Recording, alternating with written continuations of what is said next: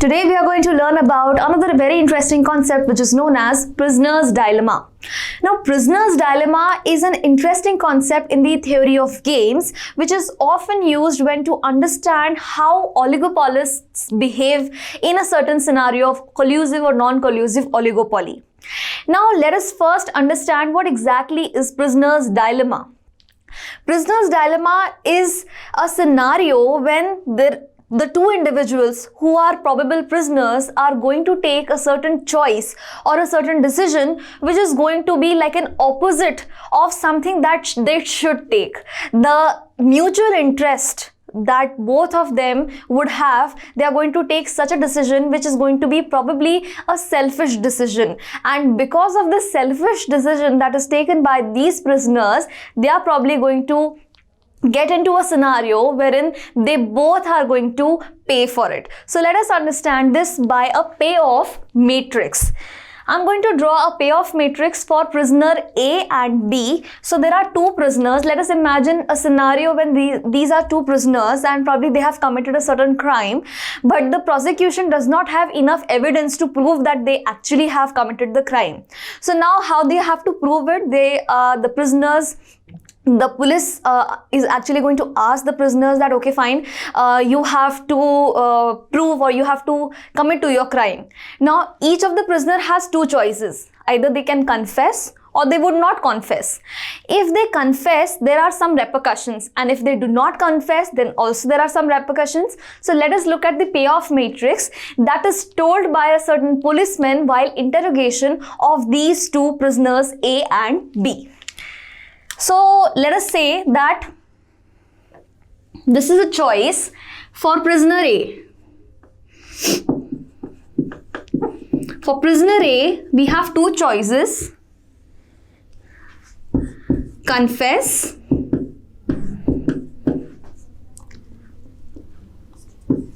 or don't confess.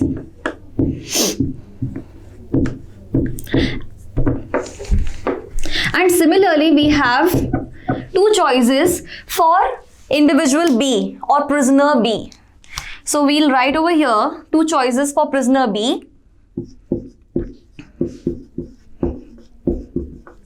Prisoner B also has two choices: to confess. I'm rather going to write over here.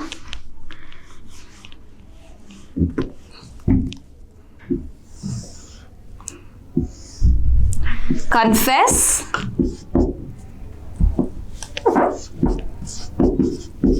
or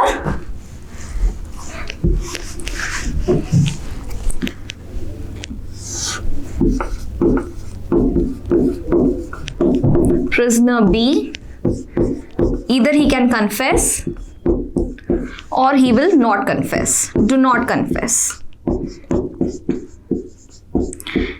Now, when there is no proper evidence of these particular prisoners, whether they have actually committed the crime or there's no evidence, now how the police is going to actually find out?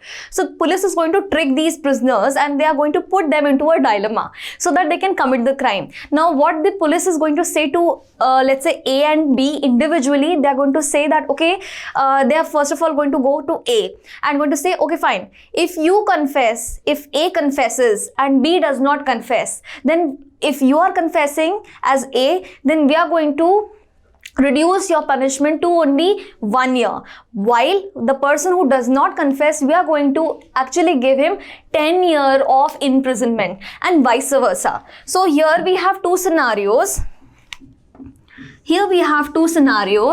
If A confesses but if B does not confess, if A confesses but B does not confess, then we have block 3 over here where A is going to get 1 year of imprisonment while B is going to get 10 years of imprisonment, right? Now, this is another second scenario. If, for example, prisoner B says that, okay, fine, if B is going to confess, however, prisoner A does not confess, then what is going to happen? So, if B confesses, then definitely prisoner B is going to get 1 year imprisonment. However, if A does not confess, then according to the police officer, he is going to get 10 year of imprisonment. So these are the two scenarios, probable scenarios, when one confesses and the other does not confess. Now there is a third scenario also. If A and B do not confess at all, if B also does not confess and A also does not confess, if both of them do not confess, then what is going to happen? Because of lack of evidence, the police will have to let them go within 2 years. So the maximum that both of them are going to get imprisoned for or been getting the punishment for is going to be 2 years maximum. So both of them are going to get a 2-year imprisonment, and because of lack of evidence, they are going to be then they are going to leave the prison. However, if both of them confess their crime, because it's a crime, then definitely they are going to get the punishment according to the crime. So let's say if a certain crime that they might have committed, the imprisonment is for 5 years. So if both of them confess their crime, then how many years of imprisonment they are going to get? 5 years. So both A and B are going to get a 5-year imprisonment each. Now, according to this payoff matrix, what do you think that they should choose? If they have really committed the crime, then definitely both of them should choose to confess and get a 5-year of imprisonment and go by leave the prison. Or else, if both of them decide that, okay, mutually we are going to not agree and we are not going to commit to our crimes, if they mutually think like that, telepathically, then probably both of them are going to be sent out of the jail without any further imprisonment because of lack of evidence. But because of their selfish interest, now over here we have something known as selfish interest which comes into play. Because of each individual's selfish interest, what they are going to choose is they are going to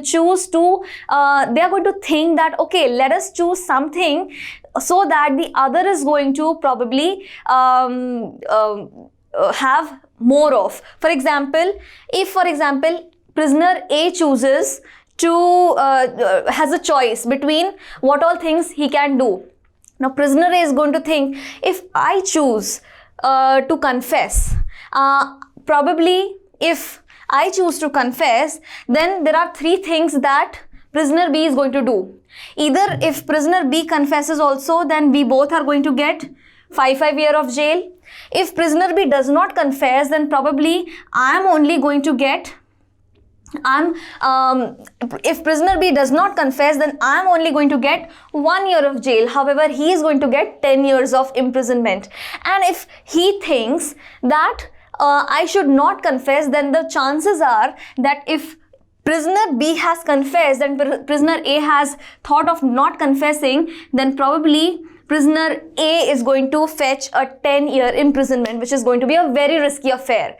So over here in prisoner's dilemma, you should know that the choices, although these are individual choices, these individual prisoners have to make without any consensus because they are in separate prisons and they have been interrogated separately. However, the decision that they are going to take is very much influenced by the other person's decision, and which is why they have to be least risky. They have to take a least risky decision, and which is why they are going to think, okay, fine, let me confess the crime, because the least of it, I am going to just get a 1 year imprisonment and the other is going to get a 10-year imprisonment. Or in the worst case scenario, both of us are going to get a 5-year imprisonment, which is going to be lesser than the 10-year imprisonment. So if mutually they could have taken a decision, they could have easily gone for a 2-year imprisonment without saying a word, without committing the crime.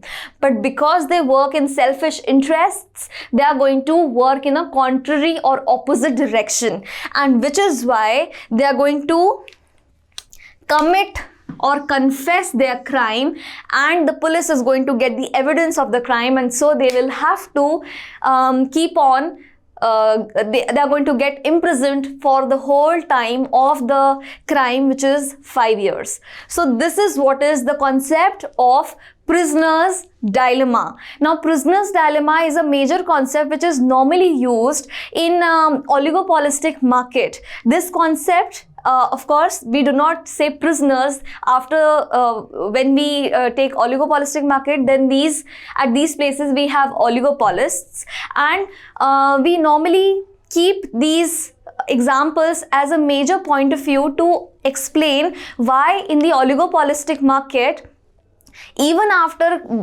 having such type of payoff matrices, oligopolists normally use those type of choices or choose those type of payoff matrices which are going to increase their selfish interest, or which are going to lead to a certain conclusion which is not going to be helpful for the whole oligopoly or for the whole cartel. So that is what is the prisoner's dilemma explained. Thank you so much for this particular discussion, and if you like this video, then give a big thumbs up. Also, if you would want to give suggestions for further videos, you can go on commenting on this video. Do not forget to subscribe our channel Ecoholics, and for more further information you can click on the link below in the description. Thank you and have a great day ahead.